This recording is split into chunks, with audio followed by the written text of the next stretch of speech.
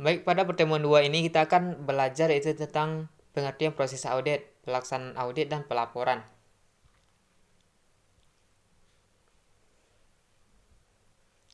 Nah, di sini ada pertanyaan, apa yang dimaksud dengan audit? Nah, jadi audit itu menurut Mulyadi dan Puradireja 1998, audit adalah suatu proses sistematik untuk memperoleh dan mengevaluasi bukti secara objektif mengenai pernyataan-pernyataan tentang kegiatan dan kejadian ekonomi, dengan tujuan untuk menetapkan tingkat kesesuaian antara pernyataan-pernyataan tersebut dengan kriteria yang telah ditetapkan serta penyampaian hasil-hasilnya kepada pemakai yang berkepentingan. Nah, selanjutnya itu kata kunci tentang audit.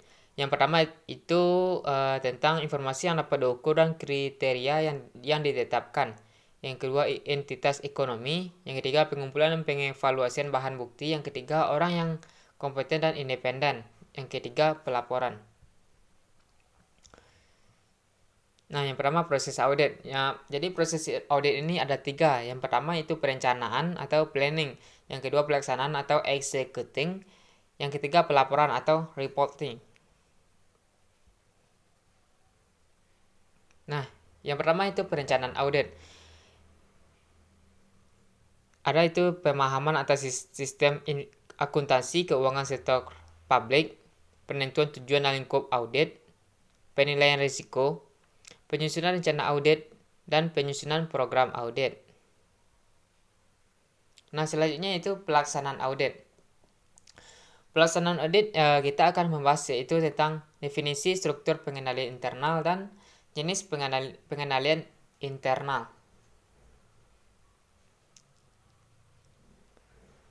Nah, di sini yaitu tentang definisi struktur pengendalian internal. Tujuan untuk mendapatkannya adalah yang pertama keandalan laporan keuangan, yang kedua kepatuhan terhadap hukum dan peraturan yang berlaku, yang ketiga efektivitas dan efisiensi operasi. Yang kedua jenis pengendalian intern. Ada itu yang namanya organisasi, yang kedua pemisahan tugas, yang ketiga fisik, yang keempat persetujuan dan otorisasi, selanjutnya akuntansi, selanjutnya personal, dan selanjutnya supervisi, dan yang terakhir itu manajemen. Nah, selanjutnya yaitu tentang pengendalian organisasional. Yang pertama perekrutan dan pelatihan personal yang jujur dan kompeten. Yang kedua pemisahan fungsi. Yang ketiga pembagian tugas dalam fungsi akuntansi. Yang keempat tanggung jawab yang rinci dengan baik untuk semua personel. Nah, di sini ada yang namanya audit, ada planning, ada method, ada facts-nya, ada manajemennya, ada risk-nya, dan ada kontrolnya, dan ada prosedur untuk bagian audit ini.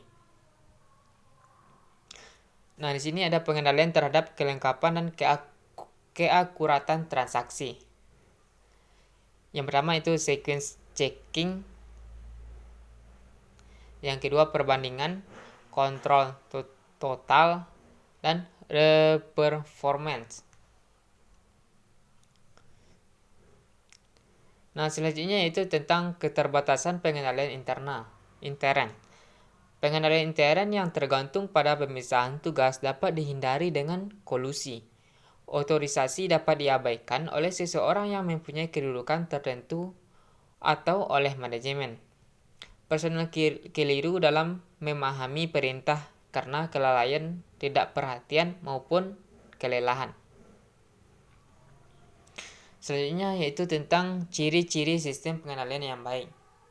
Nah, ciri-cirinya ada 4 yaitu yang pertama independensi dalam prosedur pemrosesan.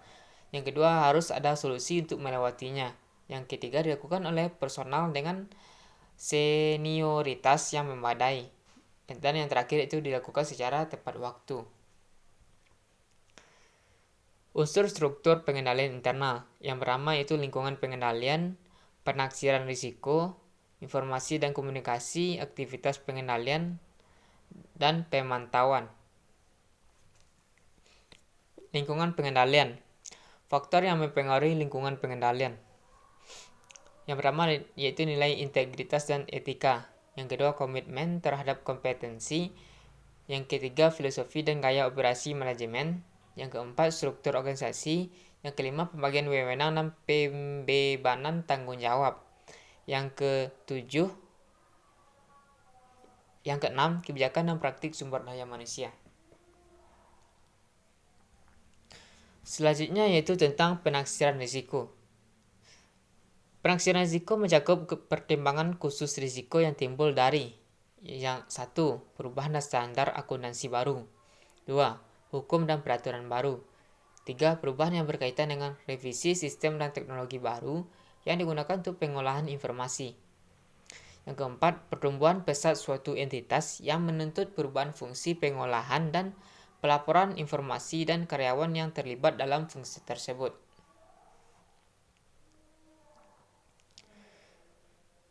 Selanjutnya yaitu tentang informasi dan komunikasi. Sistem akuntansi yang efektif dapat memberikan keyakinan apabila 1. Sah. Yang kedua, apabila telah diotorisasi. Yang ketiga, apabila telah dicatat. Yang keempat, telah dinilai secara wajar. Yang kelima, telah digolongkan secara wajar. Yang keenam, telah dicatat dalam periode yang seharusnya. Yang terakhir, telah dimasukkan ke dalam buku pembantu dan telah diringkas dengan benar. Selanjutnya itu tentang aktivitas pengendalian. Terdiri atas 1. Pengendalian pengolahan informasi. Yang kedua, pemisahan fungsi yang memadai. Yang ketiga, pengendalian fisik atas kekayaan Pemda dan catatan. Dan yang keempat, review atas kinerja. Selanjutnya yaitu tentang pemantauan. Jadi pemantauan ini adalah proses penilaian kualitas kinerja struktur pengendalian internal sepanjang waktu. Pemantauan dilaksanakan oleh personel yang semestinya melakukan pekerjaan tersebut, baik pada tahap desain maupun pengoperasian pengendalian pada waktu yang tepat. Baik, selanjutnya yaitu materinya tentang bukti audit, prosedur audit, dan dokumentasi audit. Kecukupan dan ketetapan bukti. Kecukupan bukti audit merupakan ukuran kuantitas bukti audit. Bukti audit yang cukup dipengaruhi oleh satu, penilaian auditor atas risiko penyajian material. Semakin tinggi risiko, semakin banyak bukti audit yang dibutuhkan. Yang kedua, kualitas bukti audit. Semakin baik kualitas bukti audit, semakin sedikit bukti yang dibutuhkan.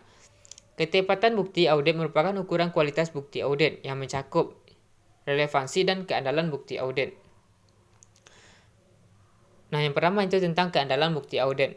Keandalan bukti audit meningkat apabila bukti audit diperoleh dari sumber independen dari luar entitas. Keandalan bukti audit yang diperoleh dari sumber internal meningkat ketika pengendalian internal yang berkaitan dengan dilaksanakan secara efektif dan entitas. Bukti audit yang diperoleh secara langsung oleh auditor lebih dapat diandalkan dibandingkan bukti audit yang diperoleh secara tidak langsung. Bukti audit dalam bentuk dokumen, kertas, dan data elektronik atau media lainnya yang lebih dapat diandalkan dibandingkan dengan bukti yang diperoleh secara lisan. Bukti audit yang diperoleh dari dokumen asli lebih dapat diandalkan dibandingkan dengan bukti audit yang diperoleh dari fotokopi atau faksimil atau dokumen yang telah difilmkan atau diubah ke bentuk digital atau elektronik. Selanjutnya yaitu tentang prosedur untuk memperoleh bukti audit. Prosedur audit adalah metode atau teknik yang digunakan oleh auditor untuk memperoleh dan mengevaluasi bukti audit.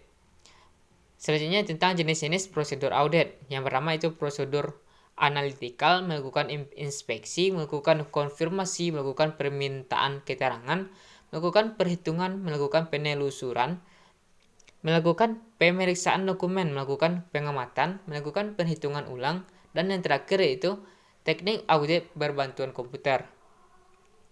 Selanjutnya yaitu tentang dokumentasi audit. Definisinya, auditor wajib menyusun dokumentasi audit untuk keperluan audit atas laporan keuangan.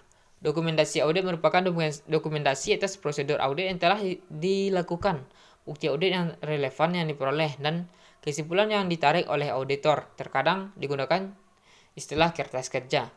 Dokumentasi audit memberikan bukti bagi auditor untuk menarik kesimpulan tentang pencapaian tujuan keseluruhan audit. Dokumentasi audit memberikan bukti bahwa audit telah direncanakan dan dilaksanakan sesuai dengan standar audit dan peraturan perundang-undangan yang berlaku. Nah, jadi tujuan dari dokumentasi audit yang pertama itu membantu tim perikatan untuk merencanakan dan melaksanakan audit. Yang kedua, melakukan membantu anggota tim perikatan yang bertanggung jawab dalam supervisi untuk mengarahkan dan menyupervisi proses audit serta menunaikan tanggung jawab penelahaan.